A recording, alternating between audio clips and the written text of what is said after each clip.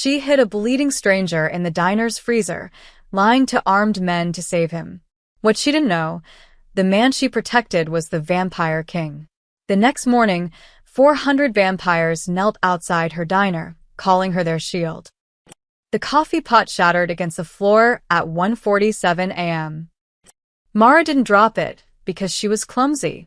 She dropped it because the man who just walked through the diner's glass doors had a hole in his chest the size of her fist, and he was smiling.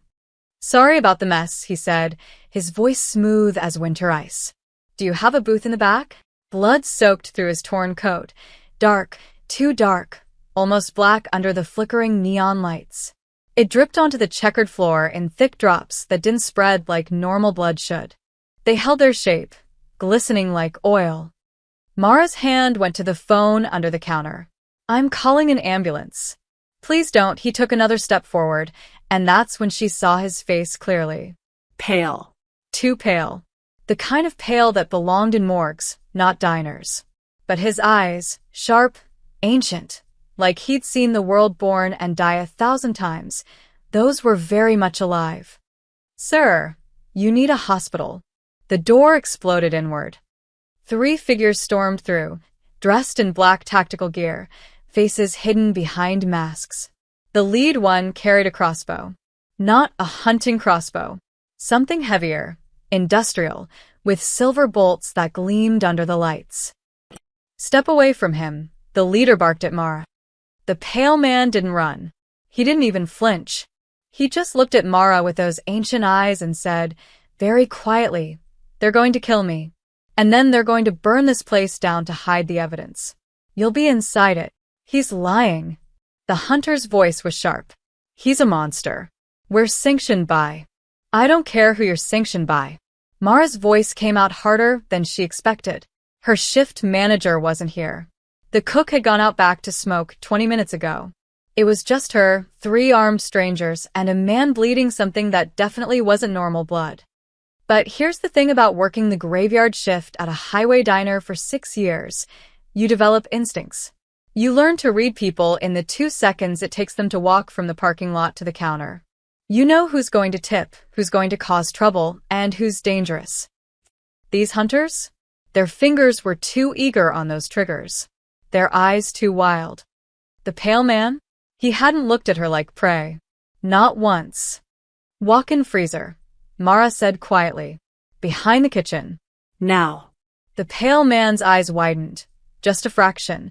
Just enough to show surprise. Then he moved, fast, inhumanly fast, disappearing through the kitchen doors. The hunters raised their weapons. He went out the back.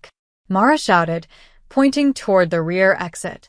Ran past the dumpsters toward the woods.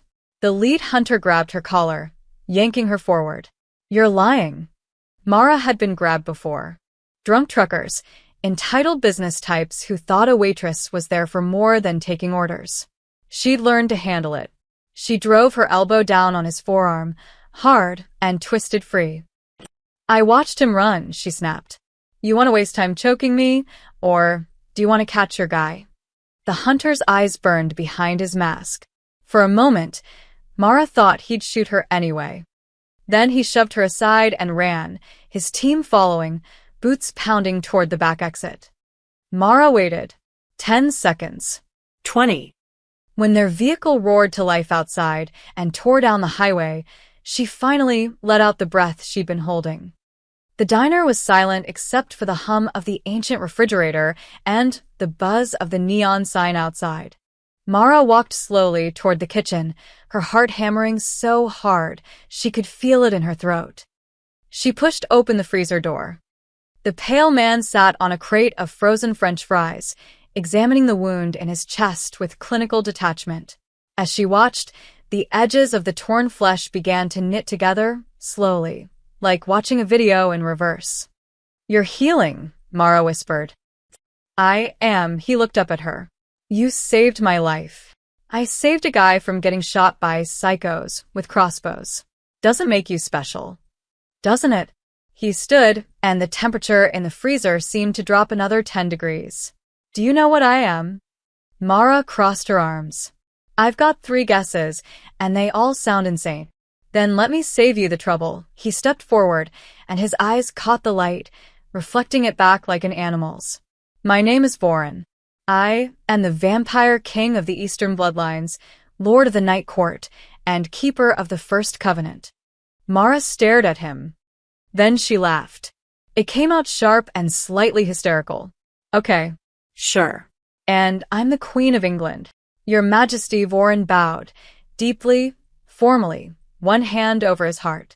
When he straightened, his expression was deadly serious.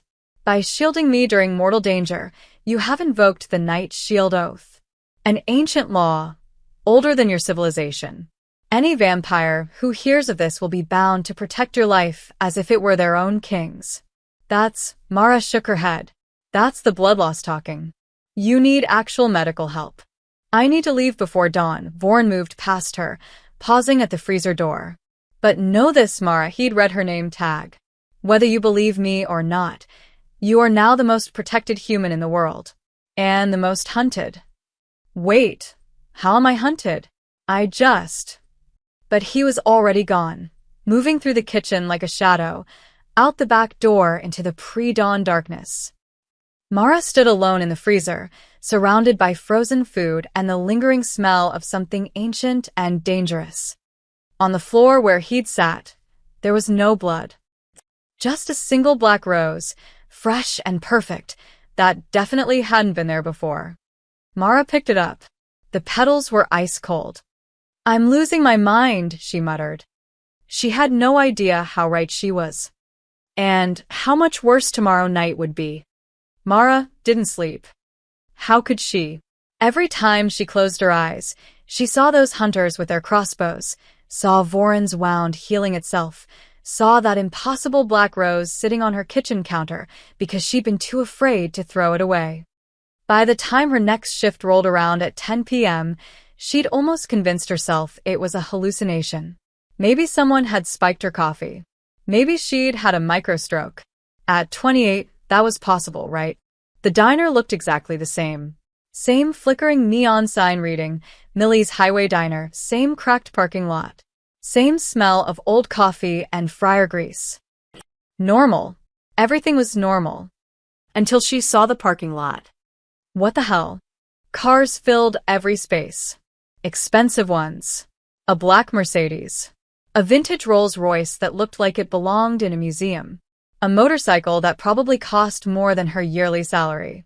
And they just kept coming, pulling in silently, headlights off. People emerged from the vehicles, if you could call them people. They were beautiful. Unnaturally so.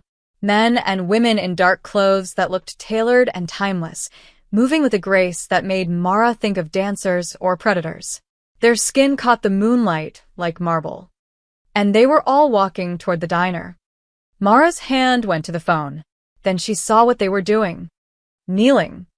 One by one, they dropped to their knees in the parking lot, heads bowed, forming neat rows like some kind of twisted church congregation. Oh no, Mara whispered. Oh no, no, no. She counted fast. 20, 50, 100. They kept coming. The door chimed as it opened. Mara spun around, grabbing the coffee pot as a weapon. Stupid. What would she do with hot coffee against whatever these things were? But the woman who entered held up her hands peacefully. She was striking, with sharp cheekbones and silver hair pulled back in a severe bun. She wore a black suit that probably cost more than Mara's car. Mara Chen, the woman said. It wasn't a question. My name is Seraphine. I speak for the assembled. The assembled what? Mara's voice came out higher than she wanted. Vampires, Seraphine said it like she was saying accountants or teachers, matter of fact. Simple. 400 of us, to be precise. More are coming. The coffee pot slipped from Mara's fingers. This time she caught it. This is insane. You invoked the Night Shield Oath. Seraphine stepped closer, her movements too smooth, too fluid. By protecting King Vorin during mortal danger, you became sacred. Untouchable. Every vampire in the Eastern bloodlines is now bound by ancient law to guard your life. I didn't ask for this. It doesn't require asking. Seraphine's expression softened slightly. It simply is. Like gravity. Like death. Through the window, Mara could see more vehicles arriving. The parking lot was completely full now, cars spilling onto the shoulder of the highway. All those pale, beautiful people, kneeling in perfect silence. Make them leave, Mara said. Please. This is going to destroy my life. We cannot. The oath is binding until. The sound of screeching tires cut her off. A pickup truck roared into the parking lot, and Mara's blood went ice cold. She recognized that truck. It belonged to Derek, one of the regular customers. A good guy. A trucker who always tipped well and never caused trouble. He jumped out, and he wasn't alone. 5 men, all carrying weapons. Not crossbows this time. Guns. Baseball bats. A tire iron. Local militia, Seraphine said quietly. They've seen the gathering. They think we're invading. Stop them, Mara shouted. But she wasn't shouting at Seraphine. The kneeling vampires rose as one, a wave of dark figures moving in perfect synchronization. They formed a wall between the militia and the diner, not attacking, just standing there. Derek raised his shotgun. Get away from that building. We know what you are. Please don't shoot. Mara ran to the door, pushing it open. Derek, stop. They're not hurting anyone. They're vampires, Mara. Derek's face was red, his hands shaking. We got calls. People saw them gathering. We're not letting monsters take over our town. One of the other men, younger, more aggressive, didn't wait. He charged forward with a tire iron raised. He made it 3 steps. Then Voren appeared. Not walked. Not ran. Appeared like he'd stepped out of a shadow that hadn't existed a second before. He caught the tire iron mid-swing with one hand, and the metal crumpled like aluminum foil. The young man stumbled back, terror flooding his face. Voren didn't chase him. He simply stood there, still wearing his torn coat from last night, now clean, the hole repaired, and looked at the militia with those ancient, burning eyes. Lower your weapons, Voren said softly. It wasn't a command. It was a fact. The temperature dropped 20 degrees. The street lights flickered. And behind Voren, shadows began to move on their own, stretching and twisting into shapes that shouldn't exist. Derek's shotgun clattered to the pavement. We're leaving, Derek stammered. We're going. Yes, Voren agreed. You are. The militia ran. Literally ran, scrambling into the truck and speeding away so fast they left skid marks. Voren turned to Mara. In the neon light of the diner, he looked tired. Sad even. I apologize, he said. This isn't what I wanted for you. What you wanted? Mara's voice shook. 400 vampires just showed up at my job. I'm going to get fired. The police are going to come. Normal people don't. This doesn't happen to normal people. No, Voren said quietly. It doesn't. He gestured, and the vampires began to disperse, returning to their vehicles with that same eerie grace. All except Seraphine, who remained by the door. I'll stay, she told Voren. First watch. First watch for what? Mara demanded. Voren met her eyes. The hunters saw you help me. By now, they've reported it to their order. They believe you're compromised. Working with vampires, he paused. They're going to come for you, Mara. And they won't ask questions first. The black rose in her apartment suddenly made horrible sense. It wasn't a gift. It was a mark. Mara lasted 3 more hours at the diner before her phone rang. It was Bill, her manager. His voice was tight, angry. You need to come to my office. Now. Bill, I'm in the middle of my shift. No. You're done with your shift. You're done, period. The line went dead. Seraphine, who'd been sitting silently in the corner booth for the past hour, looked up. He's terminating your employment. Thanks for the news flash, Mara snapped, untying her apron with shaking hands. How did you know? I can hear his heartbeat through the phone. The rhythm of anger and fear, Seraphine stood. I'll accompany you. No. You'll stay here. Mara grabbed her jacket. You showing up will make everything worse. She drove to Bill's house, a small ranch-style place 15 minutes from the diner. His porch light was on, and she could see him pacing behind the curtains. When she knocked, he opened the door, but didn't invite her in. 400 vampires. Mara. Bill was 63, a veteran who'd run the diner for 20 years. She'd never seen him afraid before. The sheriff called me. Said my diner is now a supernatural gathering point. Do you understand what that means? Bill, I didn't ask for this. I don't care. His voice cracked. I've got health inspectors threatening to shut me down. Insurance companies calling. My wife is terrified. And those Things. they're still out there, aren't they? Watching. Mara wanted to lie. But when she glanced at the street, she saw a figure standing beneath a tree. Perfectly still. Watching. Yes, she whispered. Bill's shoulders sagged. I'm sorry, kid. I really am. But I can't have you at the diner anymore. Here's 2 weeks severance. He handed her an envelope. Find somewhere else. Somewhere far from here. The door closed. Mara stood on the porch, holding the envelope, feeling the weight of her entire life crumbling. Her phone buzzed. Text messages flooding in. Is it true? Are you with vampires? Her neighbor, Mrs. Patterson. You need to leave town. You're putting us all in danger. Someone from her gym. Freak. Unknown number. Monster Loa. Another unknown number. The messages kept coming. Dozens. Then hundreds. Someone had posted her name online. Her address. Her photo from social media. No, no, no. Mara scrolled frantically, watching her life get torn apart in real time. People she'd known for years, turning on her in minutes. A rock shattered Bill's front window. Mara spun around. 3 teenagers stood in the yard, faces covered with bandanas. One held another rock. Vampire whore, the kid shouted and threw. Mara dodged, but the rock clipped her shoulder, sending a burst of pain down her arm. She stumbled, falling off the porch onto the grass.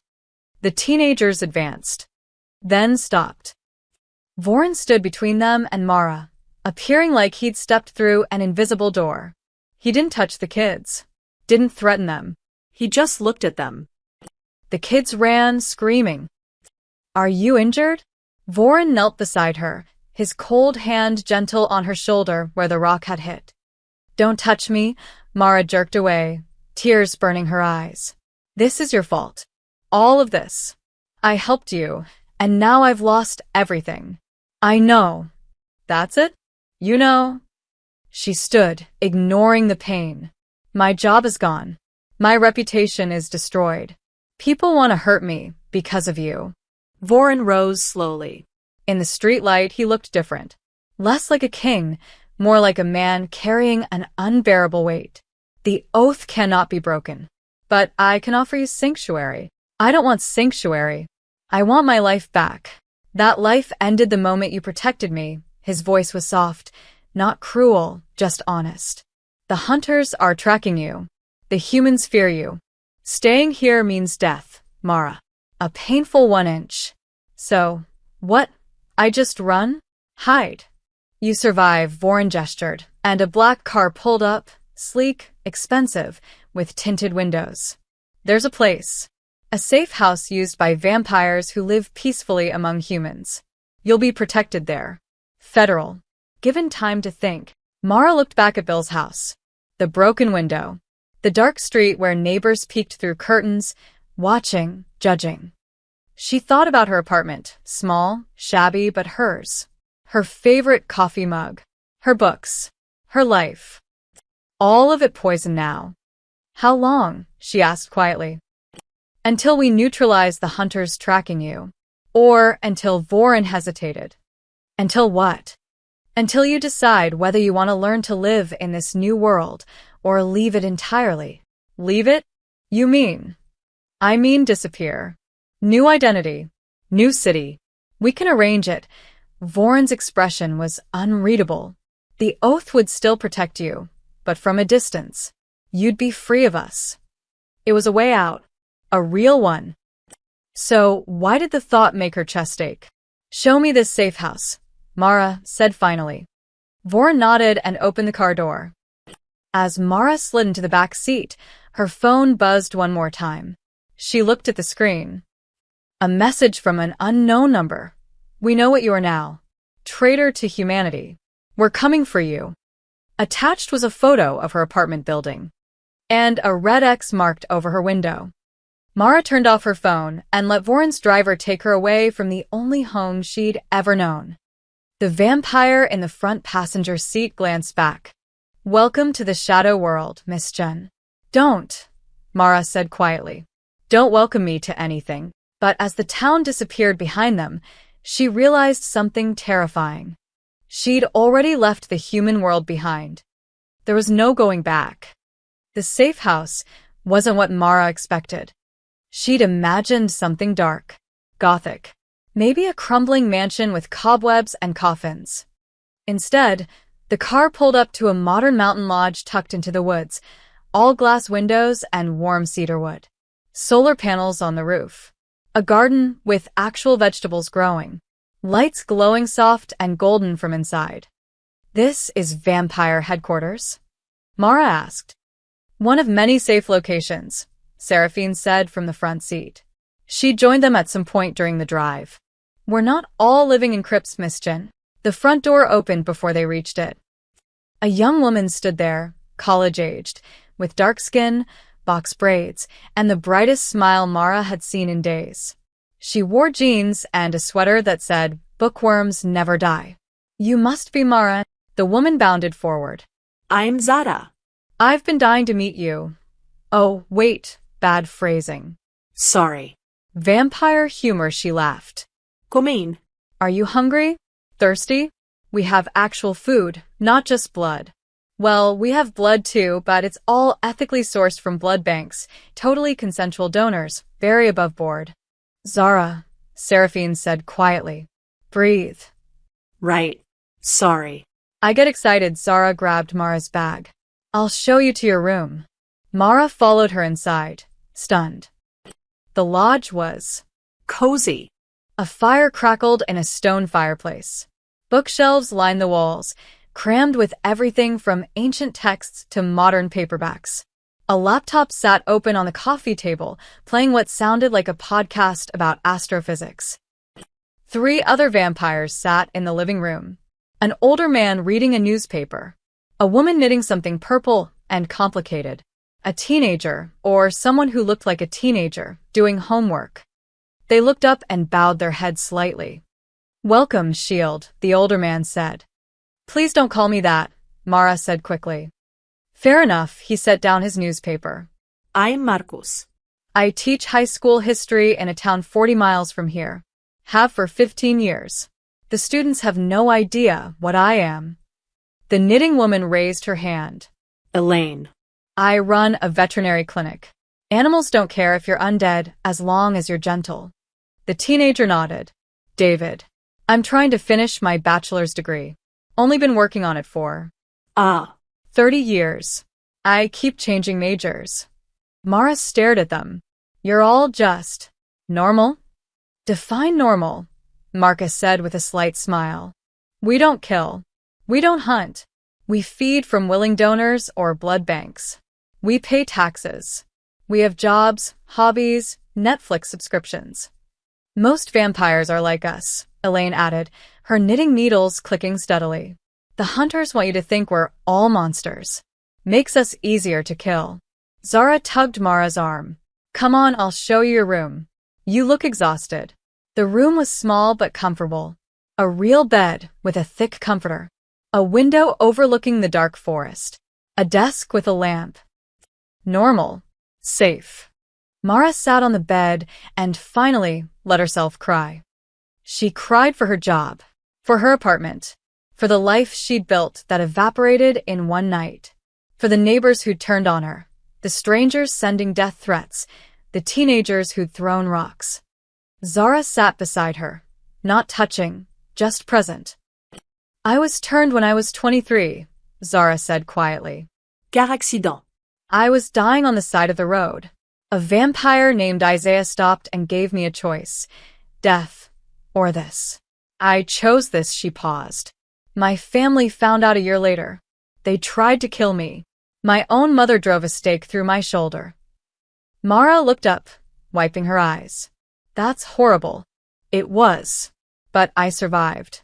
Found people like Marcus and Elaine who taught me I wasn't a monster. That I could still be. Me. Just a different version, Zara smiled sadly. What I'm saying is, the life you lost. It hurts. It's supposed to. But it doesn't mean the next life will be worse. I didn't ask to be part of this world. No one asked, Zara stood. But you're here now. Might as well learn the rules. Mara couldn't sleep. At 3 a.m., she wandered downstairs and found Voren standing on the back deck, staring at the forest. Can't you sleep either? She asked. I don't sleep much, he didn't turn around. Too many memories. They tend to visit at night. Mara joined him at the railing. The forest stretched endlessly, dark and thick. Above, stars scattered across the sky like broken glass. How old are you? She asked. 843 years, Voren said it like someone admitting they were 35. I was born in 1182. In what's now Romania. I was a soldier. Then a lord. Then he gestured vaguely at himself. This. Do you regret it? Every day his voice was raw. I've watched empires rise and fall.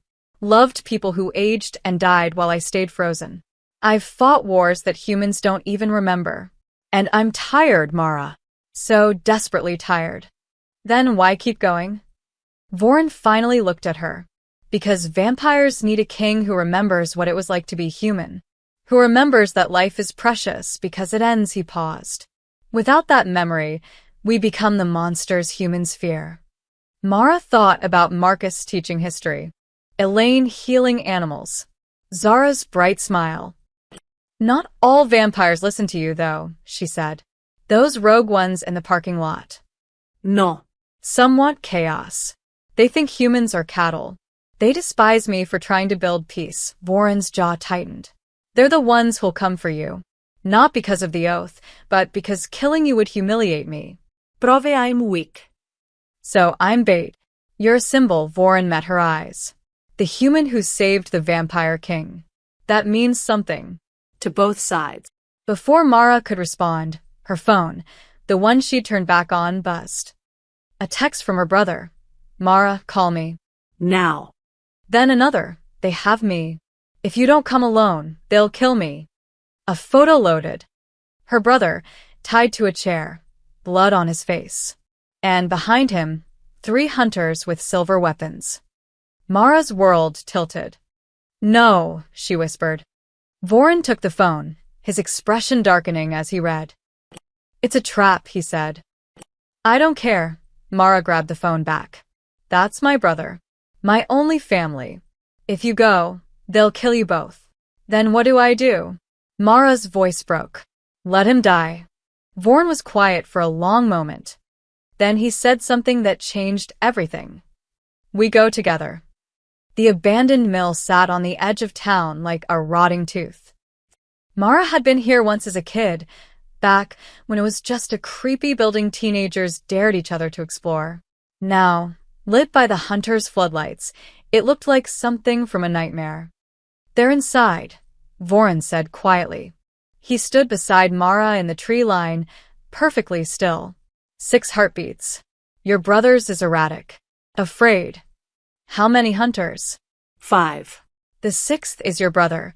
Voren's eyes glowed faintly in the darkness. They have silver bullets. Wooden stakes. UV lamps, he turned to her. This is designed to kill me and capture you. Then why did you agree to come? Because you would have come alone, something flickered across his face. Concern, maybe, or respect. And because I made an oath. The oath says you have to protect me, not my brother. No, Voren agreed. That's a choice. Behind them, Seraphine emerged from the shadows with 3 other vampires, Marcus, Elaine, and a tall man Mara hadn't met named Cade. All of them moved silently, predators in human skin. Positions? Seraphine asked. No, Voron's voice was firm. You stay here. All of you. My king. If this goes wrong, the bloodlines need protection. Seraphine, you're second. The crown passes to you. Voron looked at each of them. No heroics. No rescues. Understood? They bowed, but Mara could see the anger in their eyes. They wanted to fight. Voron turned to Mara. Can you trust me? Do I have a choice?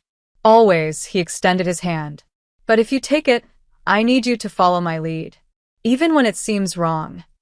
Mara looked at his pale hand, remembering the freezer, the black rose, the 400 vampires kneeling in the parking lot. She took it. His skin was cold, but his grip was solid. Let's get my brother back, she said. They walked through the front entrance. No hiding. No stealth. Just Mara and Voron, striding into the mill like they owned it. The floodlights hit them immediately, blinding. Mara raised her hand to shield her eyes. Stop right there. A voice boomed from speakers. Mara Chun, step away from the vampire. Not happening. Mara shouted back. Let my brother go. A figure emerged from behind the lights. The lead hunter from the diner, the one who'd grabbed her. He'd removed his mask this time. He was younger than she'd expected, maybe 40, with gray at his temples and scars on his neck. My name is Gabriel Cross, he said. I'm a knight of the Sacred Order of the Silver Dawn. For 15 years, I've hunted vampires. Killed 63 of them, his eyes fixed on Voron. You'll be 64. Where's my brother? Mara demanded. Gabriel gestured. 2 hunters dragged her brother forward. Jake, 24, a graphic designer who still played video games in his free time. Blood dripped from his nose. His hands were zip-tied.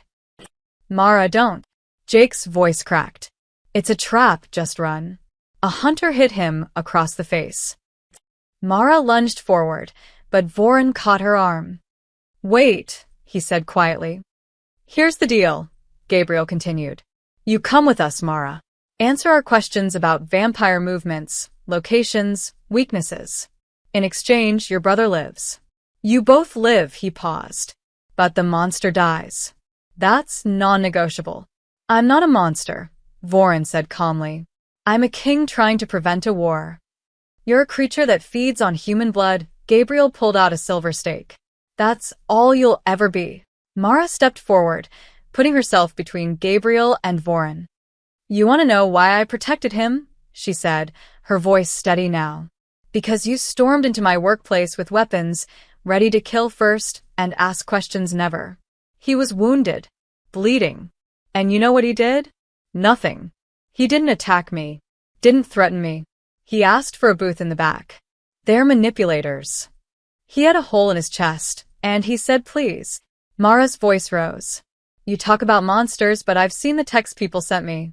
The death threats. Teenagers throwing rocks. Neighbors calling for my blood. Where's your silver dawn when humans act like monsters? Gabriel's jaw tightened. You don't understand what you're protecting. Then explain it to me. Mara held her ground. Tell me what he did that deserves execution. He exists. The words hung in the air. That's it. Mara asked. He exists, so he dies. He's a vampire. He's also a person who's been alive for 800 years, trying to keep his people from becoming the monsters you already think they are. Mara pointed at Voron. He could have killed you at the diner. Could have slaughtered everyone in that parking lot. But he didn't. He scared you into leaving because I asked him not to kill. Gabriel hesitated. Just for a moment. Behind him, one of the younger hunters lowered his weapon slightly. There's a treaty in development, Mara continued, her mind racing. Between vampires and humans. Sanctioned feeding from willing donors. Laws about turning new vampires. Punishment for those who kill. Voron wrote it. He's been trying to get human governments to sign it for 20 years.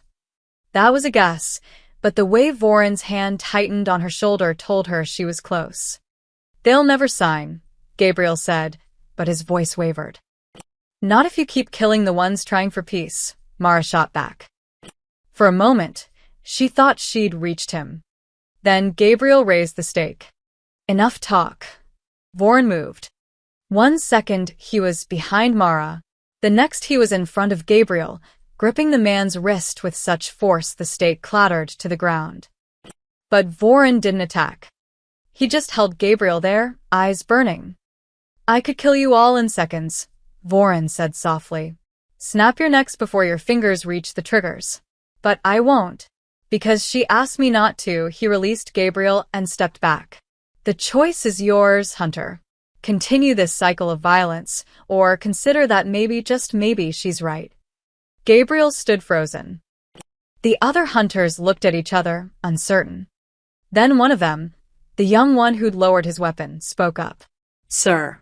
"Maybe we should hear them out." "Stand down, Marcus," Gabriel growled. "But sir, if there's a treaty." "There is no treaty." Gabriel spun on his team. "It's a trick. Vampires lie. They manipulate. They." A gunshot cracked through the mill. Gabriel stumbled, shock flooding his face. Behind him stood the hunter holding Jake. Smoke curled from his pistol. "Silver bullet," the hunter said, his voice cold. "For traitors who forget the mission." Gabriel collapsed. And Mara realized with horror, they'd never planned to negotiate. They'd come to kill everyone. Everything happened at once. The hunter who'd shot Gabriel swung his gun toward Mara. Voron appeared in front of her, literally materialized like he teleported, and the bullet meant for her heart hit his shoulder instead. He didn't flinch, didn't scream, just looked at the hunter with eyes that suddenly burned like hot coals. "You made a choice," Voron said quietly. "Now I make mine." The temperature dropped so fast Mara's breath came out in fog. The floodlights shattered, plunging the mill into darkness. And Voron moved. Mara had seen him move fast before, but this was different. This was a predator unleashed. She couldn't even track him, just caught glimpses. A shadow passing one hunter, who dropped his weapon and clutched his disarmed hand. Another hunter flying backward into a wall, unconscious before he hit the ground. No blood. No this. Just precise, controlled violence that left the hunters alive but utterly defeated. The one holding Jake released him and ran, screaming. 10 seconds. That's all it took. When the emergency lights flickered on, for hunters lay groaning on the ground, weapons scattered. Gabriel clutched his chest, still alive but barely. And Voron stood in the center of it all, breathing hard, the bullet wound in his shoulder already healing. "Jake." Mara ran to her brother, cutting his zip ties with a piece of broken metal. "Are you okay?" "What the hell was that?" Jake stared at Voron, eyes wide. "What is he?" "Long story." Mara helped him stand. "Can you walk?" "I think so." "Mara," Voron's voice was strained. "We need to leave." "Now." "What about them?" Mara gestured at the hunters. "Leave them." Voron moved toward the exit, limping slightly. "More will come. We don't have time." The mill door exploded inward. Not from outside. From inside. A figure stepped through the smoke and debris. A woman, tall and elegant, wearing a red dress that looked like it was sewn from blood. Her hair was white blonde, her skin pale as bone, and when she smiled, her fangs were longer than any Mara had seen. "Voron," the woman purred. "How disappointing. I heard you were going soft, but I didn't believe it until now." Voron's entire body tensed. "Kia." "You know her?" Mara whispered. "My sister," Voron said, and there was centuries of pain in those two words. "My twin." Kira laughed, high and cruel. "Not biologically, darling. But we were turned the same night by the same maker. That makes us family."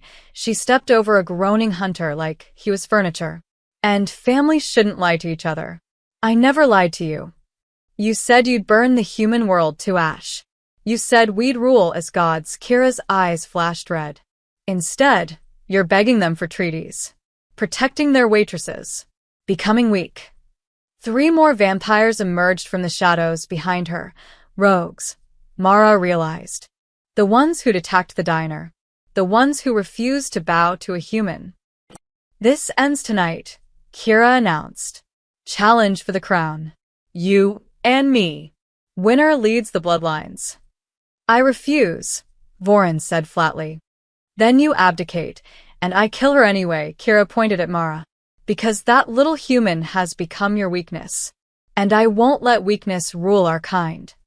Mara's heart hammered. Vorin. Take your brother and run, Vorin said, not taking his eyes off Kira. Seraphine is outside. She'll protect you. I'm not leaving you. Mara, Vorin finally looked at her, and his expression was raw. Afraid. If I fight her, I might lose. If I lose, she'll slaughter everyone in this mill, then hunt you for sport. Your only chance is to run. Now. How touching, Kira cooed. The mighty vampire king, terrified for his pet human. Something inside Mara snapped. She'd lost her job, her home, her reputation. She'd been threatened, attacked, and dragged into a world she never asked for. And through all of it, Vorin had protected her. Not because he had to, but because he chose to. I'm not running, Mara said. Mara. I'm not. She stepped forward, legs shaking but voice steady. You said I'm a symbol, right? That I mean something to both sides? Then let me mean something right now. She turned to face Kira. You want to challenge Vorin for the crown? Fine. But you're not doing it over my dead body. You're doing it with me watching. Mara's voice didn't waver. Because if you win, if you take the crown, the first thing you'll do is break the Night Shield Oath. You'll prove that vampire law means nothing. That ancient traditions are worthless. Kira's smile faltered. Every vampire here knows the oath is sacred, Mara continued. Older than kingdoms. Older than your little power struggle. You break it, and how many of your followers will actually follow you? It was a bluff. Mara had no idea if it would work. But Vorin's sharp intake of breath told her she'd struck something true. Kira's eyes narrowed. Clever little human. She's right. One of Kira's rogue vampires said quietly. The oath is absolute. If you kill her while Vorin lives. I know what the oath means. Kira snarled. She looked at Vorin, hatred burning in her eyes. Fine. Traditional challenge. No interference. Winner takes the crown and the human lives until the oath is fulfilled. Agreed, Vorin said. The two vampires began to circle each other. Mara grabbed Jake, pulling him back against the wall. Stay down, she whispered. This is insane, Jake breathed. Mara, what have you gotten into? I'm still figuring that out. Kira struck first, a blur of motion, claws extended. Vorin blocked, and the impact sent shockwaves through the mill. Dust rained from the ceiling. They moved like lightning, like poetry, like a dance choreographed over centuries. Kira was faster, vicious, going for kill strikes.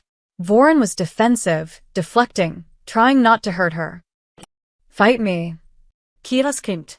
Stop holding back. I don't want to kill you, Vorin said. That's why you'll lose. She raked her claws across his chest, drawing black blood. Vorin stumbled. Mara's hand went to her mouth. Kira pressed her advantage, driving Vorin back against a support beam. Her hand closed around his throat. Any last words, brother? Vorin looked past her, directly at Mara. And he smiled, sad and gentle and resigned. I'm sorry, he said. Then he stopped fighting. Kira's eyes widened in shock. What are you? I won't kill you, Vorin said quietly. I've lost too many people over 800 years. I won't lose you too. So if you want the crown that badly, take it. The mill went silent. Even the injured hunters stopped groaning. Kira's hand trembled on Vorin's throat. You're yielding? I'm choosing, Vorin's voice was soft. I choose to love my sister more than I love power. A single tear slid down Kira's pale cheek. Her hand dropped. You idiot, she whispered. You absolute idiot. Then she turned and fled, out the mill, into the night, her rogues scrambling after her. Vorin collapsed. Mara caught him before he hit the ground. Vorin's blood was cold against Mara's hands. Not the thick, oil-like substance from the diner. This was different. Thinner. Weaker. Like his body was shutting down. Stay with me, Mara said, cradling his head. Voren, please. His eyes flickered open, unfocused. Did she leave? Yes. She's gone, Mara's voice cracked. You let her almost kill you. Why would you do that? Because I'm tired of war. Voren's hand found hers, his grip weak. 800 years of it. I thought, if I showed her mercy, maybe she'd remember who we used to be. That's the stupidest thing I've ever heard, Mara said, tears streaming down her face. Noble, but stupid. Voren smiled faintly. I've been told that before. Seraphine burst through the mill entrance with Marcus and Elaine, their faces pale with alarm. When they saw Voren, Seraphine's expression turned to horror. My king. I'm fine, Voren said, though he clearly wasn't. Just need blood and time.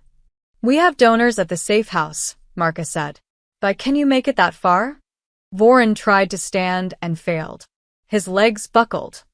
Mara caught him again, barely keeping him upright. For someone who looked so powerful, he weighed almost nothing, like his bones were hollow. What about them? Jake pointed at the hunters. Gabriel was still breathing, barely conscious, but alive. Leave them, Seraphine said coldly. They tried to kill our king. No, Mara's voice was firm. Call an ambulance. Anonymously. They don't deserve to die here. They would have killed you. I know, Mara met Seraphine's eyes. But we're better than that, aren't we? Seraphine looked at Voren, who nodded weakly. Make the call, he whispered. She's right. They made it back to the safe house just before dawn. Voren collapsed on the couch, and Zara immediately brought him a bag of blood, the medical kind, from a blood bank. He drank like a man dying of thirst. Jake sat in the corner, shell-shocked, staring at everything with wide eyes. This is real, he kept muttering. Vampires are real. This is actually happening. Yeah, Mara said, sitting beside him. I had the same reaction. Mara, what the hell are you doing? Jake grabbed her shoulders. These things. People, Mara corrected. They're people. They drink blood. And you eat chicken, Mara pulled away gently. Jake, I know it's insane. Trust me, I know. But they saved your life tonight. Voren could have let you die, but he didn't. Jake looked at Voren, who was slowly regaining color. Why? Why save me? Voren met his eyes. Because she asked me to. And because you're her family, he paused. I lost my family 8 centuries ago. I wouldn't wish that pain on anyone. Jake was quiet for a long moment. Then he said, the hunters told me you were a monster. That you'd killed thousands. I have, Voren said simply.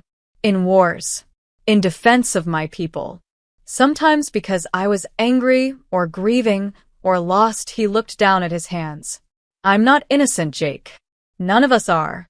But I'm trying to be better. Are you, though? Everyone turned. A new vampire stood in the doorway. One Mara hadn't met. He was middle-aged, with graying hair and a suit that looked expensive. His expression was carved from ice. Lord Ashton, Seraphine said, surprise in her voice. What are you doing here? I came to witness the aftermath. Ashton stepped inside, his eyes sweeping over Voren's wounds. The king yields to his sister, lets hunters live, and protects a human who's cost us everything. The council is concerned. The council can voice their concerns through proper channels, Voren said tiredly. They have. You've been ignoring them. Ashton pulled out a formal-looking document. A vote of no confidence has been called. 3 of the 7 regional lords have signed. If 2 more join them, you'll be removed from the throne. The room went silent. On what grounds? Seraphine demanded. Incompetence. Weakness. Prioritizing human life over vampire interests, Ashton's gaze slid to Mara. All because of her. Mara felt like she'd been slapped. That's not fair, she started. Fair. Ashton laughed bitterly. You've been under our protection for 3 days. In that time, we've had 2 major confrontations with hunters, lost 17 vampires to rogue attacks, and now our king is wounded because he chose mercy over survival. He turned to Voron. The bloodlines are fracturing. Kira is gathering support, and you're too busy playing hero to a human to hold the kingdom together. Voron stood, slowly, painfully. I am holding it together. No. She is tearing it apart, Ashton pointed at Mara. The Knight's Shield oath was meant for warriors. Kings. Not waitresses. You've made a mockery of our oldest law. That's enough. Voron's voice went cold. Is it? Because from where I stand, you've forgotten what you are. Ashton stepped closer. You're not human, Voron. You never will be. And the sooner you remember that, the sooner we can repair the damage. Mara felt something break inside her chest. All of this, the lost job, the threats, Jake nearly dying, it was because of her. Because she'd made one choice in a diner at 1:47 a.m. He's right, Mara said quietly. Voron turned to her, shock on his face. Mara, I'm the problem, she stood, her decision solidifying. You said you could give me a new identity, a new life, far from here. I want it. No, Voron crossed to her in 2 steps. You're not the problem. Aren't I? Mara's voice shook. Your sister attacked because of me. The council is turning on you because of me. People keep getting hurt because of me. She looked at Jake, still pale and terrified. My brother almost died tonight. That wasn't your fault. It was. The words burst out. I saved you because it felt right in the moment. But I didn't think about the consequences. Didn't realize I'd be dragging everyone I love into a war I don't understand. She wiped her eyes. You need to be a king, Voron. Not my protector. Your people need you. I can be both. No. You can't. Mara stepped back. Ashton's right. I'm not a warrior. I'm just a waitress who made things worse. Voron looked at her like she'd stabbed him. If that's what you truly want, he said softly, I'll arrange it. New name. New city. Enough money to start over. The oath will still protect you, but from a distance his jaw tightened. You'll be free of me. Free of him. The words should have felt like relief. Instead, they felt like loss. When? Mara asked. Dawn. I'll have everything ready. Voron turned away, his shoulders rigid. Seraphine will handle the details. He walked upstairs without another word. Mara stood there, surrounded by vampires who'd protected her, fed her, treated her like family, and wondered why doing the right thing felt so much like running away. Mara didn't sleep. How could she? In 6 hours, she'd be on a bus to somewhere far away, with a new name and a life that wouldn't include any of this. Safe. Normal. Alone. At 4 a.m., she found herself on the back deck, staring at the forest just like Voron had that first night. The stars were fading. Dawn was coming. Can't sleep either? Mara turned. Jake stood in the doorway, holding 2 mugs of coffee. He handed her one. Thanks, she said. They stood in silence for a moment. I've been thinking, Jake said finally, about what you said. That you're the problem. I am. No. You're not, Jake turned to her. Mara, those hunters? They've been killing vampires for years. That war was happening long before you got involved. And from what I've seen, you didn't start it. You just forced everyone to pick a side. That's not better. Isn't it? Jake sipped his coffee. Before you, there was just violence. Hunters killing vampires, vampires killing humans, everyone pretending peace wasn't possible. You showed them something different. You proved a human could protect a vampire, and a vampire could protect a human without either one being a traitor. Mara's throat tightened. It didn't work. Look at what happened. It's working right now. Jake gestured inside, where Zara was making breakfast, Marcus was reading, and Elaine was tending to Voron's wounds. These vampires chose peace. They're choosing it every day. And Voron? He could have killed those hunters tonight. Instead, he called an ambulance. Jake paused. You did that. You taught him mercy is strength, not weakness. Then why does it feel like I'm destroying everything? Because change is scary. Especially for people who've been at war for centuries. Jake put his arm around her shoulders. But running away won't fix it.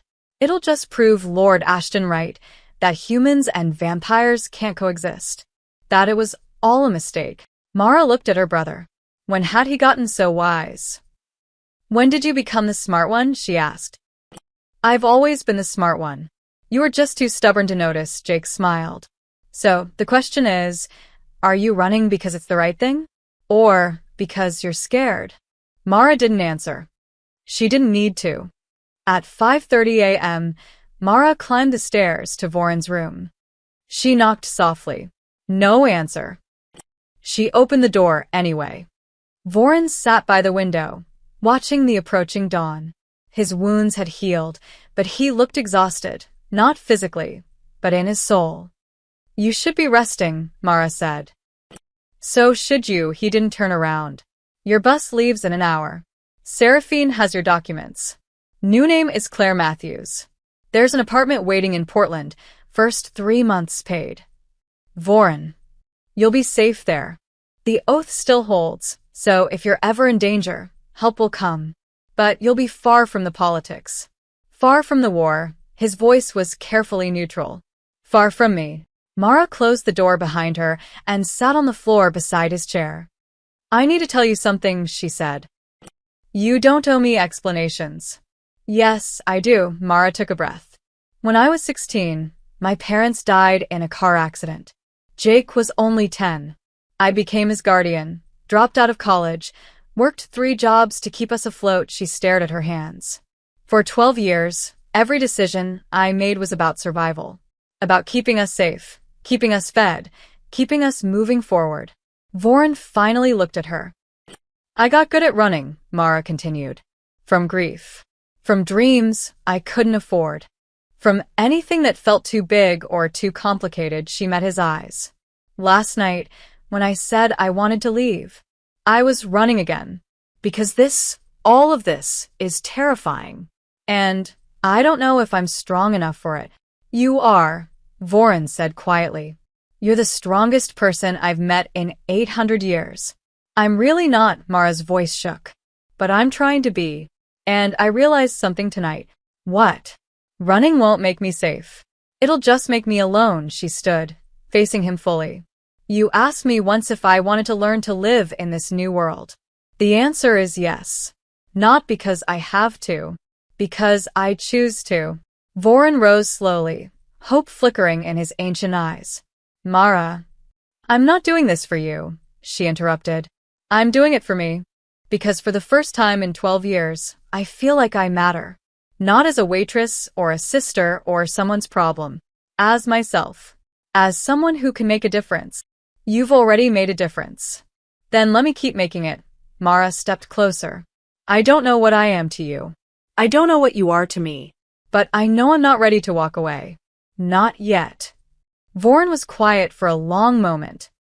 Then, he did something Mara never expected. He knelt. Not the formal bow from the diner. Not the royal gesture of the oath. He knelt as a man, looking up at her with raw vulnerability. I don't protect you because the law demands it, Voron said, his voice breaking.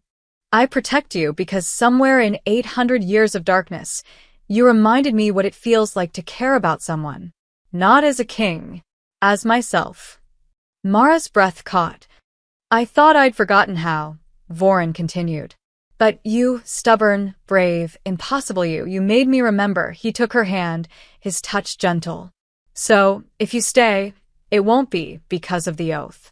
It'll be because I'm asking. As Voron, not as a king. Mara pulled him to his feet. Then ask, she whispered. Will you stay? She thought about Portland, about Claire Matthews, the woman who didn't exist yet, about a safe, normal life where she'd never have to worry about hunters or rogues or vampire politics. Then she thought about Zara's bright smile, Marcus teaching history, Elaine healing animals, Jake learning to see past fear, and Voron, 800 years old, learning to hope again. Yes, Mara said. I'll stay. The relief on Voron's face was devastating. But I have conditions, Mara added quickly. Name them. First, no more secrets. You tell me everything about this world. The laws, the politics, the dangers. All of it. Agreed. Second, I'm not just sitting in a safe house. If I'm part of this world, I'm actually part of it. I help. I work. I matter. Voren smiled.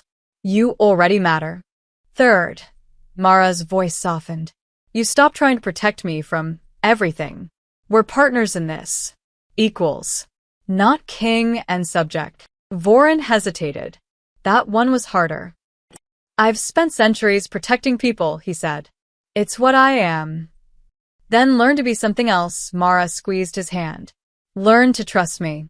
Really trust me. Voren searched her face.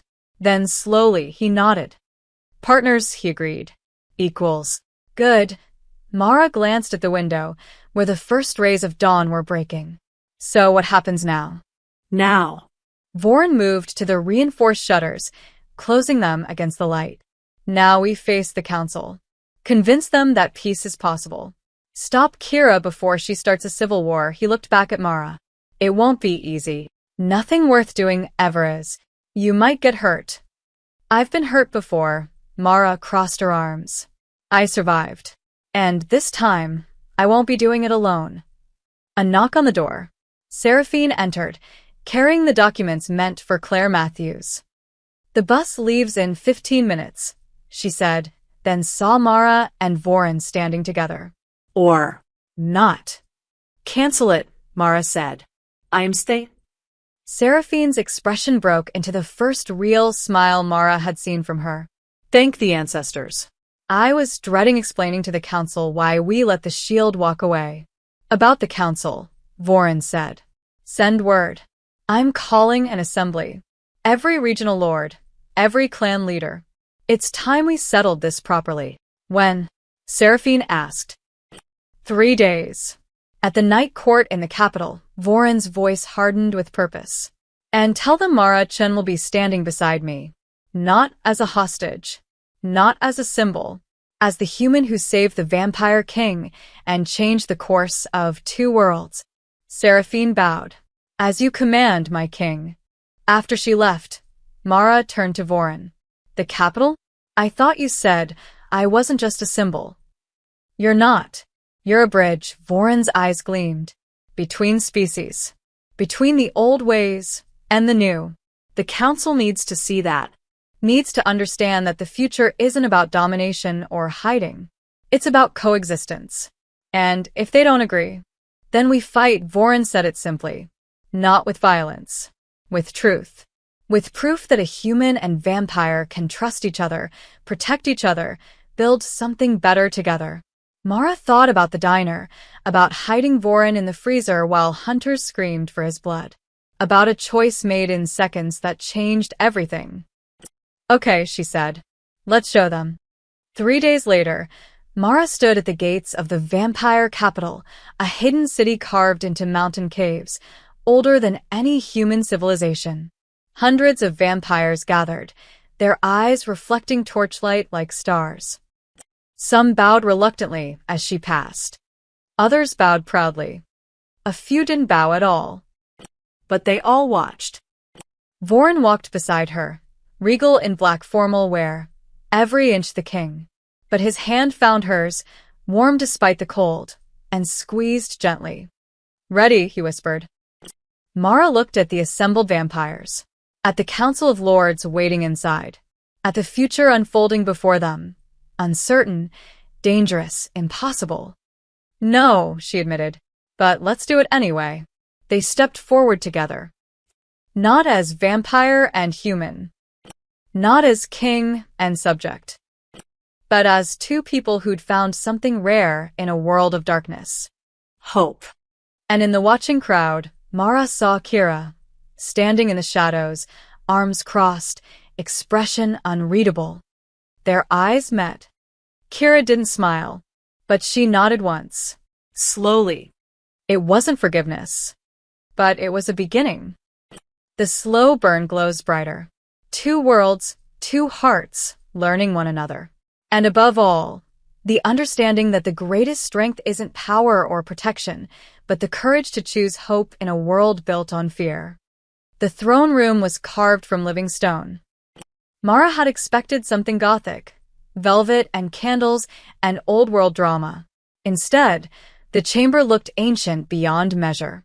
Crystalline formations grew from the walls like frozen waterfalls, glowing with their own pale light. The ceiling stretched so high it disappeared into darkness. 7 thrones circled the room, each carved from a different stone. Obsidian, Marble, granite, jade, blood-red jasper, silver-veined quartz. And at the center, rising above the rest, Voron's throne of black diamond. But Voron didn't sit. He stood beside Mara in the middle of the circle, facing the 6 regional lords who'd already taken their seats. The 7th throne, Kira's, Mara realized, remained empty. "Let's begin," said Lord Ashton from his obsidian throne. He was the one who'd confronted them at the safe house, and his expression hadn't warmed. "King Voron, you've called this emergency assembly. State your purpose." Voron's voice rang clear. "To propose a formal treaty between vampires and humans, with terms, laws, and consequences for those who break them." "We've rejected this proposal twice before," said Lady Morgana from the Jade Throne. She was ancient-looking even for a vampire, with white hair down to her waist. "Why should this time be different?" "Because this time, you can see the evidence," Voron gestured to Mara. "A human who chose to protect a vampire at great personal cost, who lost everything and still chose to stay. If she can bridge our worlds, others can too." One human, Lord Chen, spoke from the granite throne, his accent suggesting Asian origin. "You're basing a species-wide treaty on one exceptional case." "Am I?" Voron turned to the assembled crowd behind the thrones, hundreds of vampires from every bloodline. "How many of you have secretly helped humans? Saved a child from a fire? Healed someone dying? Protected the innocent?" His voice rose. "I know you have. I've seen the reports you try to hide from the council. We're not all monsters. We never were." Silence fell. Then, slowly, a young vampire in the crowd raised his hand. "I'm a paramedic. I've saved 63 humans in the last 2 years." Another voice. "I teach elementary school. My students don't know what I am, but I've protected them from everything from bullies to house fires." More hands rose. More voices.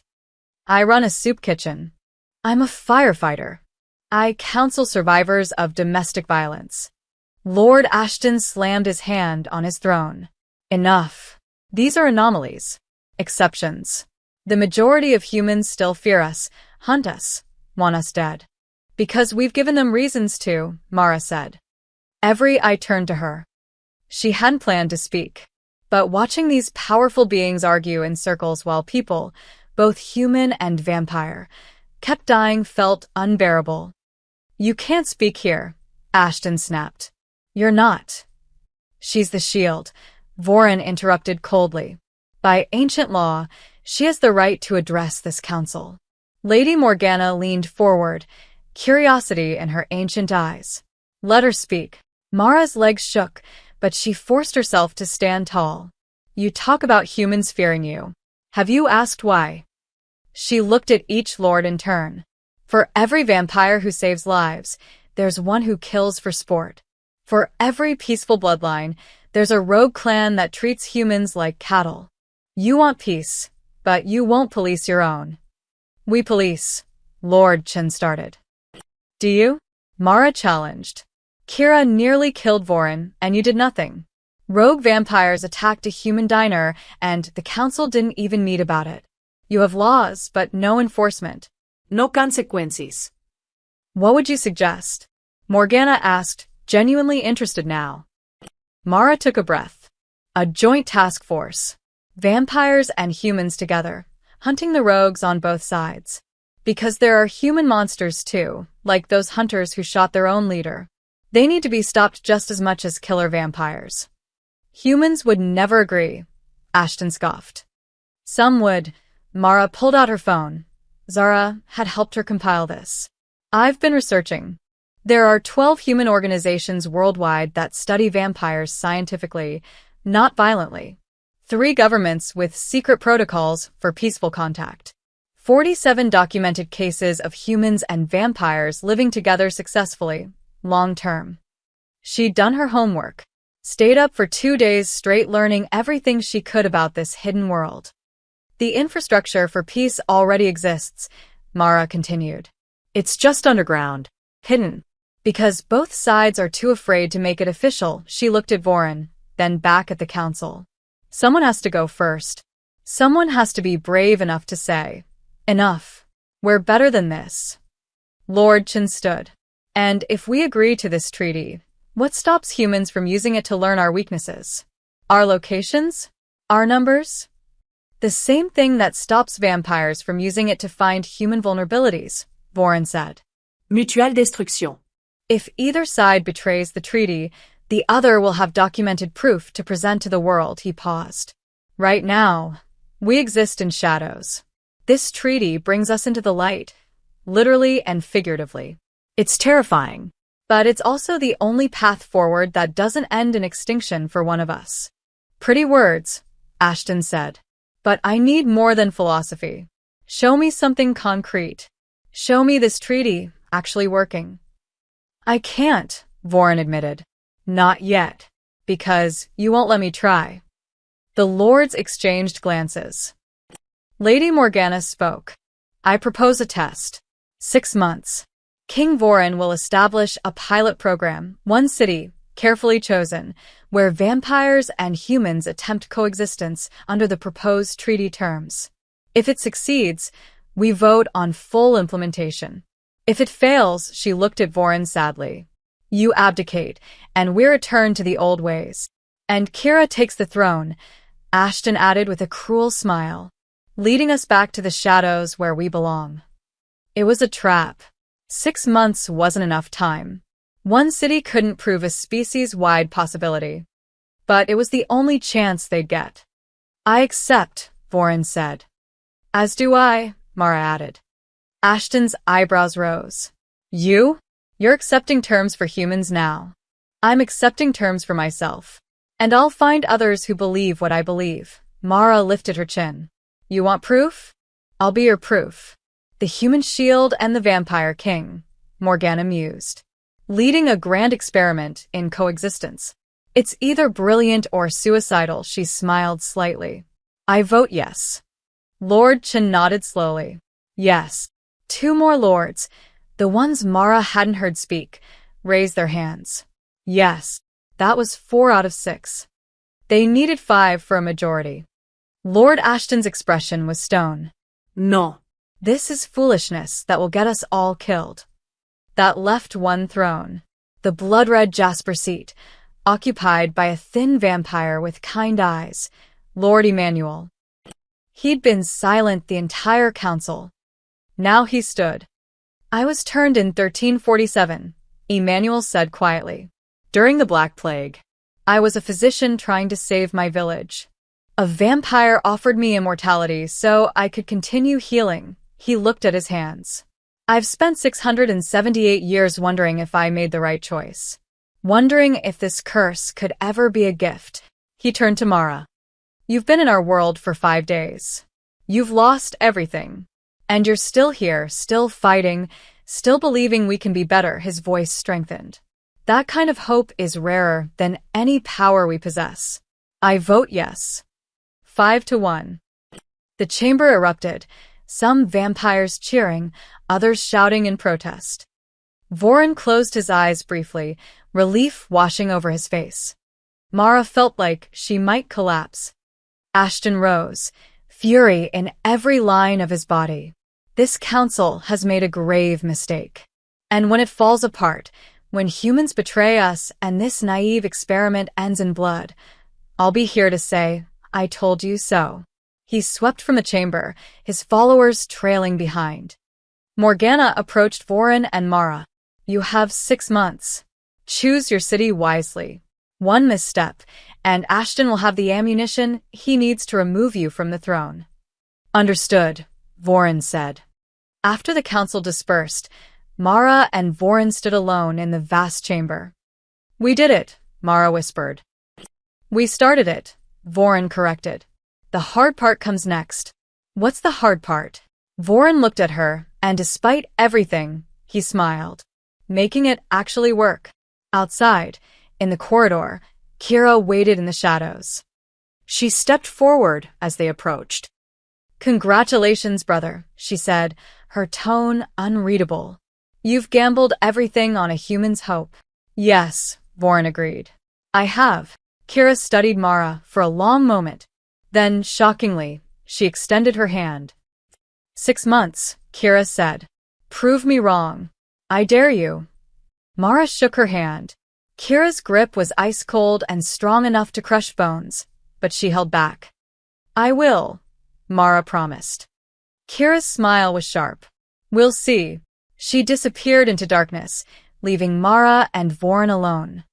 Is she with us or against us? Mara asked. Both, Voren said. She always has been. They walked toward the exit, toward an uncertain future, towards 6 months that would determine the fate of 2 species. And for the first time since that night in the diner, Mara felt something besides fear. Purpose. Voren chose Seattle. Why Seattle? Mara asked, studying the map spread across the safe house table. They'd returned from the capital 2 days ago, and Voren had barely slept since, planning, strategizing, making calls to vampires across the continent. 3 reasons Voren pointed to the map. First, large population but progressive culture. They've accepted others before, LGBTQ communities, immigrants, tech innovators. They might accept us too. Second, Jake asked. He'd insisted on staying, helping with research despite Mara's protests. Active vampire population of 67, all peaceful. No hunters' guilds based there. They prefer smaller towns. Voren's finger traced the coastline. And third, it rains constantly. Cloud cover 226 days a year. Less sunlight means more freedom for my people. When do we start? Mara asked. Tomorrow, Voren looked up, and Mara saw the exhaustion in his eyes. 800 years old, and he looked ancient. I've secured a building downtown, an old community center. We'll establish it as neutral ground. Vampires on one side, humans on the other, and we'll talk. Just talk. Seraphine sounded skeptical. She stood by the window, arms crossed. You expect centuries of fear to dissolve through conversation. No, Voren stood, rolling up the map. I expect it to be messy, complicated, and terrifying. But every relationship starts with dialogue. We have to begin somewhere. The Seattle Community Integration Project, SCIP, for short, opened on a rainy Thursday morning.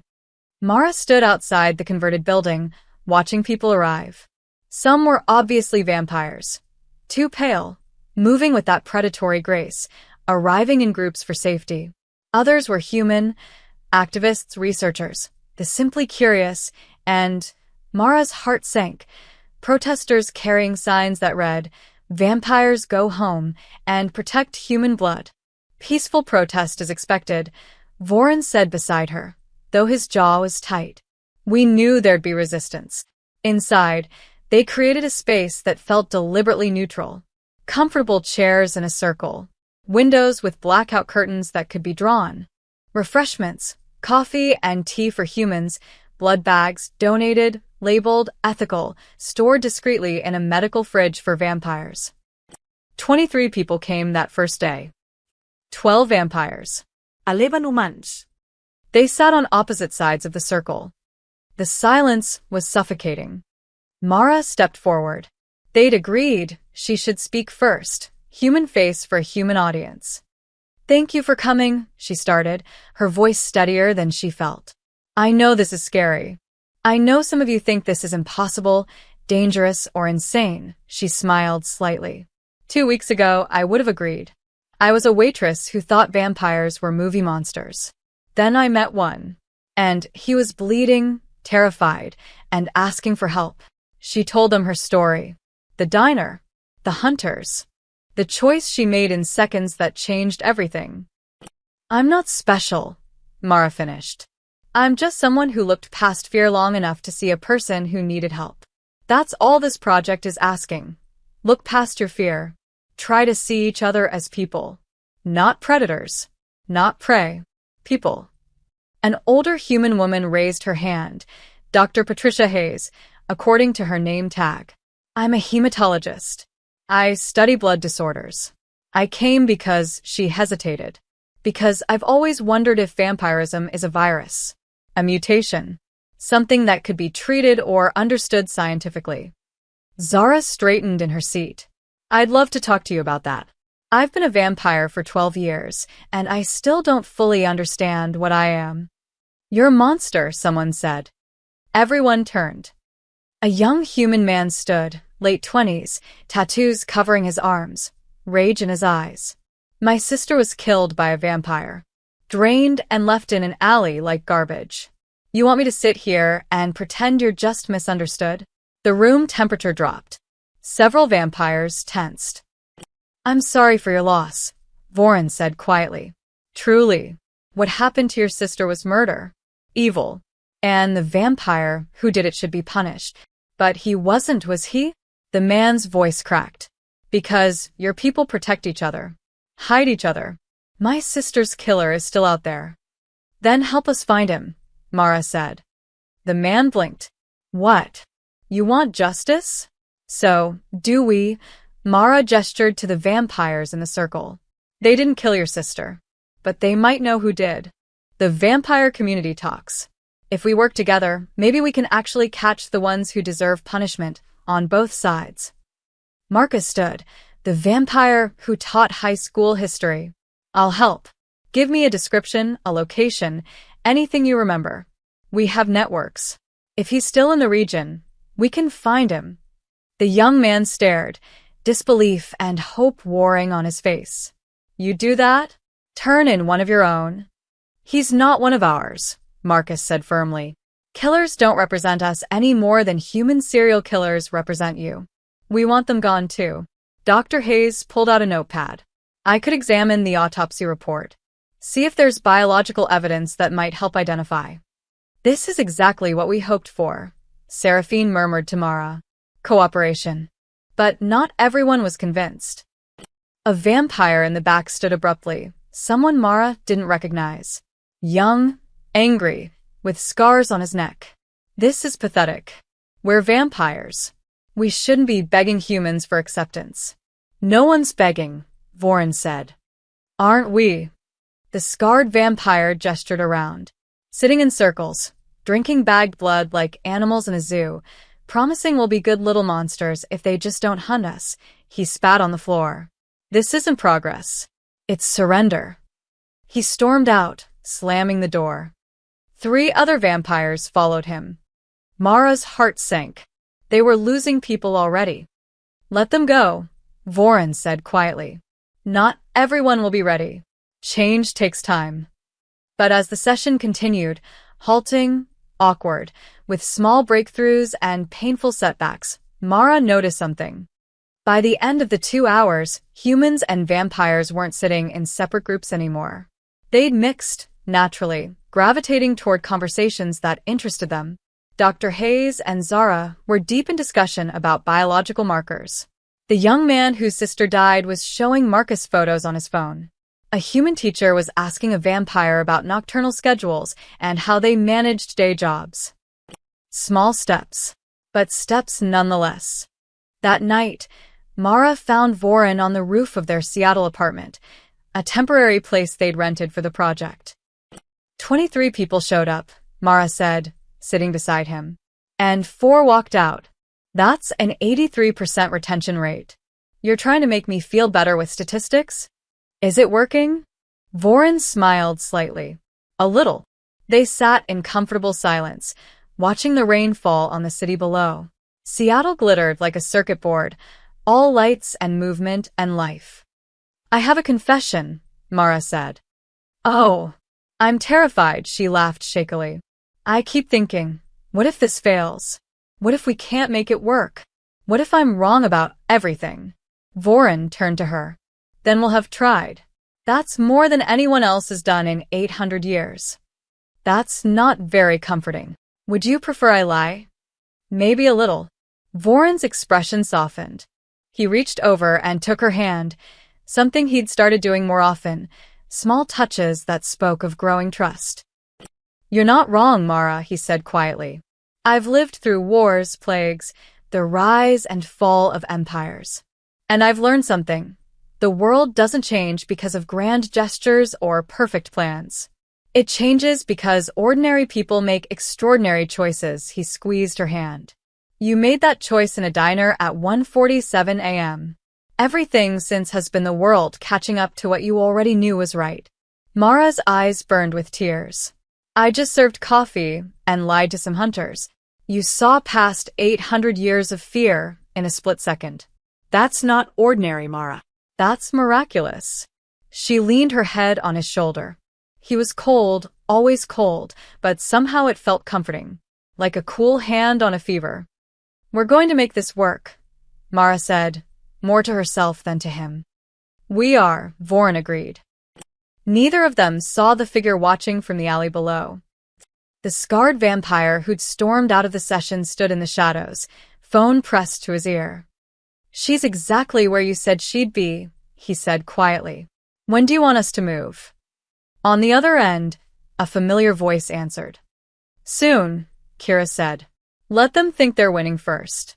The fall will be so much more satisfying. The scarred vampire smiled and disappeared into the night. The 6-month countdown had begun. And not everyone was playing by the rules. 3 weeks into the project, everything was working. Too well. Attendance had grown from 23 to 67. Dr. Hayes and Zara published a joint paper on vampire biology that went viral in scientific circles. The young man whose sister died, his name was Connor, helped Marcus identify and capture the rogue vampire responsible. The killer was now imprisoned, awaiting trial in a vampire court that, for the first time, invited human observers. The media picked up the story. Seattle's supernatural experiment read one headline. Vampires and humans, coexisting or catastrophe, read another. But for every positive story, there were 10 negative ones. Protesters grew from a handful to hundreds. Death threats flooded Mara's inbox daily. 3 vampires attending the sessions were attacked on their way home, beaten but not killed, silver chains used to restrain them. And then came the fire. Mara woke to her phone ringing at 2 a.m. The center, Seraphine's voice was tight with fury. It's burning. They arrived to find flames devouring the building. Firefighters fought the blaze, but Mara could already see it was too late. The community center, their neutral ground, their symbol of hope, was being consumed. Was anyone inside? Voron demanded. No, Marcus said, relief evident. We'd closed for the night. Everyone got out. This wasn't an accident. Zara pointed to scorch marks on the ground. Multiple ignition points. Someone set this deliberately. Jake pushed through the crowd, his face pale. Mara, you need to see this. He held up his phone, showing a video posted online 20 minutes ago. It showed the scarred vampire from their first session, the one who'd walked out. He stood in front of the burning building, grinning at the camera. This is what happens when vampires forget what they are, he said. We're not humans. We're not pets. We're predators. And this pathetic experiment ends tonight. The video cut to show 5 more vampires standing behind him. All rogues. All armed with weapons. King Voron, the scarred vampire, continued, You've become weak. Controlled by a human. So we're taking matters into our own hands. Consider this a declaration of war, not against humans, but against you. And anyone who follows you. The video ended. Voron's expression went deadly calm, the kind of calm that preceded violence. Find them, he said to Seraphine. Now. Already tracking, she replied, fingers flying over her phone. They're not hiding. They want to be found. It's an ambush. I don't care. Voron started toward his car. They burned our center. Threatened our people. This ends tonight. Voron, wait. Mara grabbed his arm. This is what they want. You attack them, it proves their point. That vampires are violent. That this project was doomed. They made it violent first. And if you respond with more violence, you lose everything. Mara stepped in front of him. The council is watching. Ashton is waiting for you to fail. You go after them like a monster. That's exactly what you'll become in their eyes. Voron's eyes burned. So what do I do? Let them destroy everything we've built. No, Mara's mind raced. We prove them wrong. Publicly. We show that we're better than they are. How? Mara didn't have an answer. Not yet. Then her phone buzzed. A text from an unknown number. The rogues are at Pier 42. Come alone or we start killing the humans we've taken hostage. Attached was a photo. Dr. Hayes, Connor, 4 other humans from the project, all tied up, silver knives at their throats. Mara's blood went cold. They have hostages. Voron looked at the photo, and something terrible crossed his face.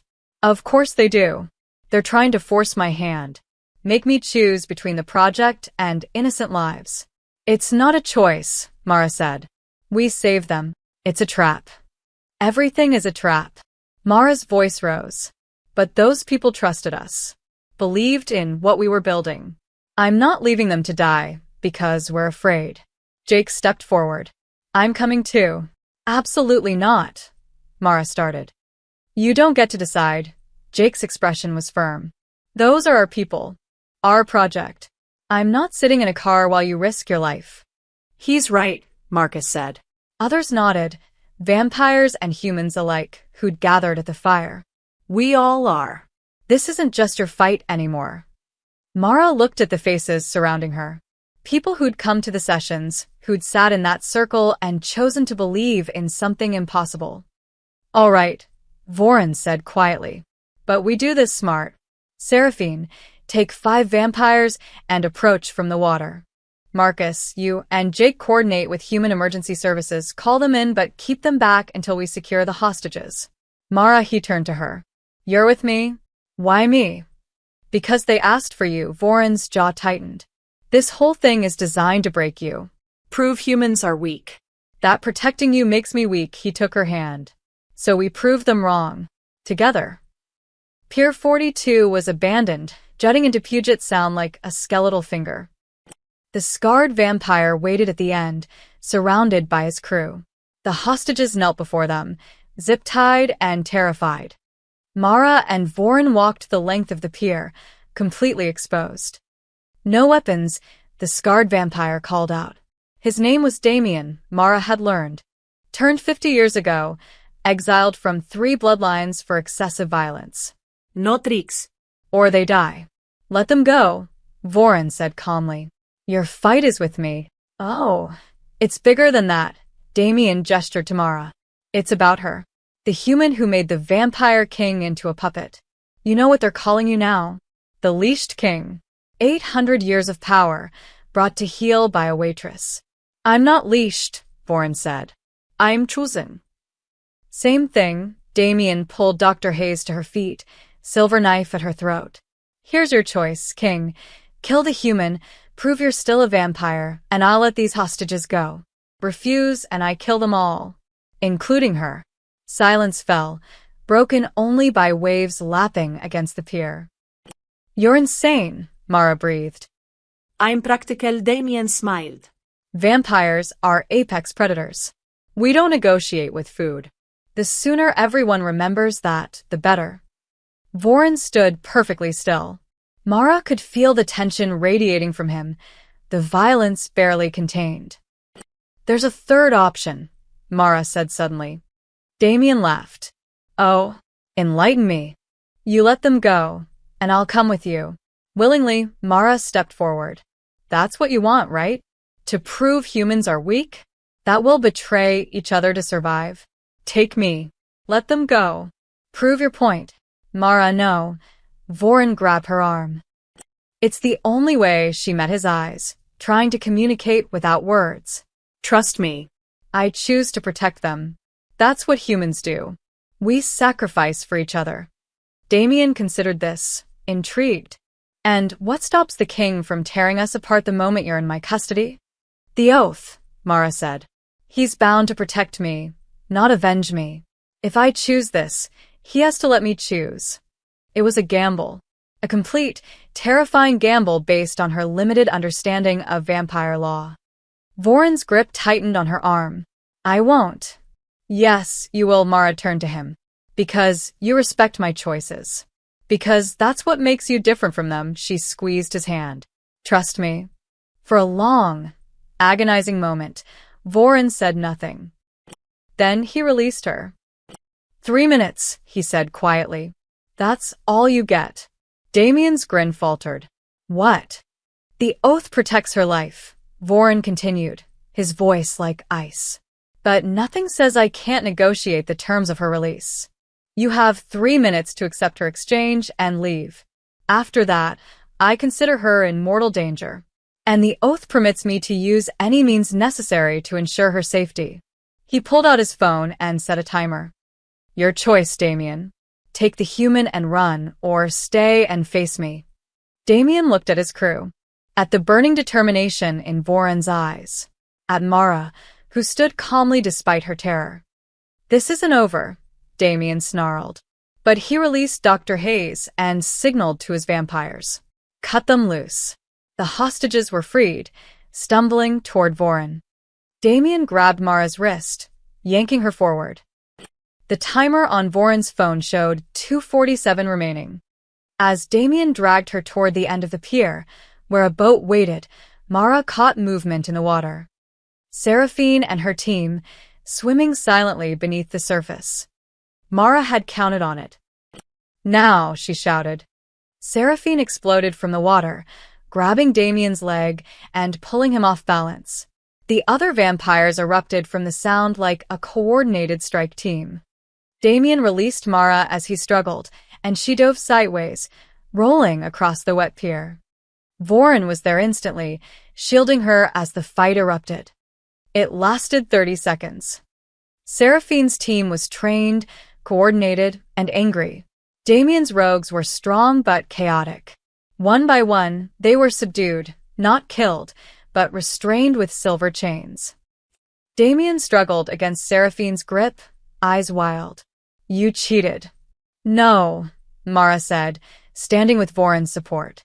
I gambled. There's a difference. She looked at Voren. 3 minutes. You gave them 3 minutes because you knew your team was already in position. I gave them 3 minutes because that's all the restraint I had left, Voren said honestly. If they'd hurt you. But they didn't. Mara touched his face gently. We won. Together. Police sirens wailed in the distance. Marcus and Jake had called them in. What happens to them? Dr. Hayes asked, nursing a cut on her arm, but otherwise unhurt. Vampire court, Voren said. With human observers as promised. They'll be tried for arson, kidnapping, and terrorism. Both species watching. Both species judging. Damien spat at the ground. This changes nothing. There are hundreds like me. Thousands. You can't stop us all. No, Voren agreed. But we don't need to stop them all. Just enough. Eventually, you'll be the minority. As they walked back down the pier, Connor approached Mara. Thank you, he said quietly. For risking yourself. For us. That's what communities do, Mara said. Protect each other. She looked back at the city lights, at the crowd gathering, at the cameras that had already started filming. This would be on the news by morning. The burning center. The hostage situation. The resolution. But what story would they tell? Failure or progress? Mara didn't know. She only knew they'd survived another night. And tomorrow, they'd try again. The trial lasted 3 days. Damien and his rogues sat in silver restraints in a converted courthouse, facing a panel of judges, 3 vampires, 3 humans, and Voren presiding as the 7th voice. It was unprecedented, historic, terrifying. Cameras weren't allowed inside, but outside. The world watched and waited. On the 3rd day, the verdict came down, guilty on all counts. Damien received a sentence of 100 years in a specially designed prison, one where he'd be kept in isolation, unable to turn others, unable to harm anyone. His crew received lesser sentences, with the possibility of rehabilitation if they proved willing. It wasn't perfect. Some humans called it too lenient. Some vampires called it a betrayal. But it was justice. Real justice. Decided by both species together. That was worth something. 2 weeks after the trial, Mara stood in front of a new building. Not a community center this time. Something bigger. A 3-story structure with reinforced walls, UV-protected windows, and a rooftop garden where vampires and humans could meet at any hour. The Seattle Integration Institute, the sign read. Funded by donations from both species. Staffed by volunteers from both communities. A place where Dr. Hayes could conduct her research, where Connor could teach self-defense classes to both humans and vampires, where Zara could host book clubs and Marcus could give history lectures. A bridge. A real one. It's beautiful, Jake said beside her. He'd been offered a position as the Institute's communications director. He'd accepted. It's a start, Mara corrected. Inside, over 200 people gathered for the grand opening. The mayor was there, a human woman who'd been skeptical at first, but came around after the trial. Lord Emmanuel had traveled from the vampire capital to show support. Even some of the protesters from earlier weeks had shown up, their signs now reading, "Give peace a chance," instead of "Vampires go home." Not everyone had changed their minds, but enough had. Voren found Mara in the crowd. Ready. For what? Your speech. You're opening this place. I thought you were. This was your vision, Voren said gently. Your belief that made it real. You should be the one to welcome everyone. Mara's heart hammered, but she walked to the small stage they'd set up in the main hall. 200 faces looked at her, human and vampire, young and old, skeptical and hopeful. She thought about that night in the diner, about the choice she'd made in seconds that spiraled into all of this, about the life she'd lost and the one she'd found. I'm not good at speeches, Mara began. I'm a waitress. Or I was. These days, I'm not sure what I am. Nervous laughter rippled through the crowd. But I know what we all are, scared. Humans scared of vampires. Vampires scared of humans. Everyone's scared that trying something new means losing something old. She looked at Voren, standing at the edge of the stage. 6 weeks ago, I helped a stranger because it felt right. I didn't know he was a king. Didn't know I'd lose my job, my home, my normal life. Didn't know I'd end up here, terrified and hopeful and completely out of my depth, she smiled. But here's what I've learned. Being scared doesn't mean you're weak. It means you're human. And humanity, real humanity, isn't about what species you are. It's about choosing compassion over fear, connection over isolation, hope over hatred. She gestured around the room. This institute exists because enough people made that choice. Dr. Hayes chose curiosity over fear. Connor chose justice over revenge. Zara chose community over hiding. Marcus chose teaching over surviving. Her voice strengthened. And Voren, the 800-year-old vampire king, chose to kneel before a waitress and say, I want to be better. Voren's eyes glistened. We have 4.5 months left in our trial period, Mara continued. 4.5 months to prove this can work. Not just in Seattle, but everywhere. We'll make mistakes. We'll have setbacks. Some people will never accept us. But we keep trying. Because that's what hope is. Trying again, even when it's terrifying. She took a breath. So, welcome to the Seattle Integration Institute. Welcome to the future. Welcome to the possibility that we're all better together than we ever were apart. The applause was thunderous. Human and vampire, standing together, clapping until Mara's face burned with embarrassment and pride. That night, Mara found Voren on the Institute's rooftop garden. He stood among plants that bloomed even in darkness, night-blooming jasmine, moonflowers, evening primrose, things that thrived when the sun set. You were right, Voren said as she approached. About all of it. I was terrified, Mara admitted. Still am. Good, Voren turned to her. Terror means you understand the stakes. But you act anyway. That's courage. Mara joined him at the railing, looking out over Seattle. The city sprawled below them, lights flickering like earthbound stars. Somewhere down there, humans and vampires were living side by side. Some peacefully, some fearfully, all of them trying. What happens after 6 months? Mara asked. If the council approves the treaty, then we expand. Other cities. Other countries. We become the model for coexistence, Voren paused. And if they don't approve, then we did what no one else had the courage to try. Voren looked at her, really looked at her. Not as the shield. Not as a symbol. As Mara. Just Mara. I need to tell you something, he said quietly. Okay. The oath binds me to protect your life. But these past weeks, protecting you isn't an obligation anymore. He struggled for words. It's something I choose. Something I want. Because when I'm with you, I remember what it felt like to be human. To care about someone so much it terrifies me. To hope. Mara's breath caught. I'm not asking for anything, Voren continued quickly. I know I'm a vampire. I know the complications. I just needed you to know that you're not just a project to me. Mara kissed him. It was brief, gentle, and tasted like possibility. When she pulled back, Voren stared at her, stunned. I know what I am to you, Mara said softly. And I know what you are to me. We don't need to define it. Not yet. We just need to. Keep trying, Voren finished. Keep trying, Mara agreed. They stood together in the garden, surrounded by flowers that bloomed in darkness, and watched the city breathe below them. 3 months later, the Seattle Integration Institute had expanded to 2 more cities. 5 months later, the council voted. 6 votes in favor, 1 against, Lord Ashton, who stormed out declaring he'd been outvoted by fools. The treaty passed.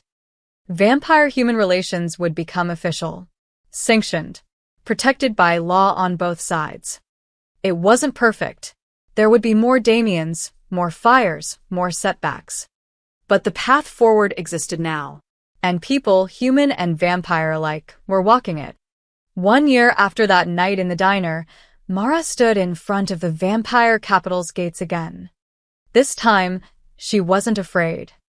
Voren walked beside her, not as king and shield, but as partners. Equals. The gates opened. Inside, vampires and humans worked side by side, building, planning, creating a future neither species had imagined possible. Kira stood among them, directing construction. When she saw Voren and Mara, she nodded once. Respect, hard-earned. You proved me wrong, Kira called out. I hate that. You'll survive, Voren called back. Kira smiled. Genuine this time. We all will. Thanks to your waitress. Thanks to everyone, Mara corrected. As they walked through the capital, vampires bowed not because they had to, but because they wanted to. Not to a king and his shield. To 2 people who'd changed everything.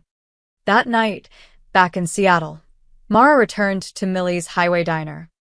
Bill had retired, and the new owner, a young woman named Sophia, had offered Mara her old job back. Not because she needed it, but because she wanted it. Wanted to remember where it all started. At 1:47 a.m., the door chimed. A pale figure walked in, looking nervous. Young. Recently turned, Mara guessed. Table for one? Mara asked. The vampire nodded, grateful. Mara led them to a booth in the back, the same one where Voren had sat that first night. Coffee, she asked. Please, the vampire said.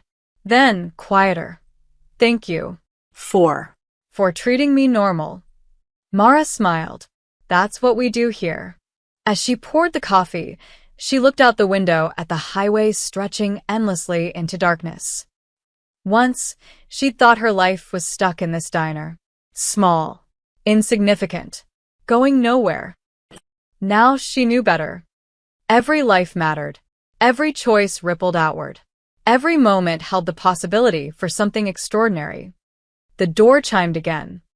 Voren walked in, shaking rain from his coat. He'd been at a council meeting in the city, but he'd driven an hour just to see her. "Busy night?" he asked, sliding into the counter seat. "Just getting started," Mara said. She poured him a cup of coffee he didn't need but would drink anyway because it was normal, human, and he was trying to remember what that felt like. Outside, the world turned. Humans and vampires learning to live together. Imperfectly, messily, but together. And in a small diner on a dark highway, a waitress and a vampire king sat side by side, two people who'd found each other in the most unlikely way and changed the world by choosing hope over fear. One cup of coffee at a time.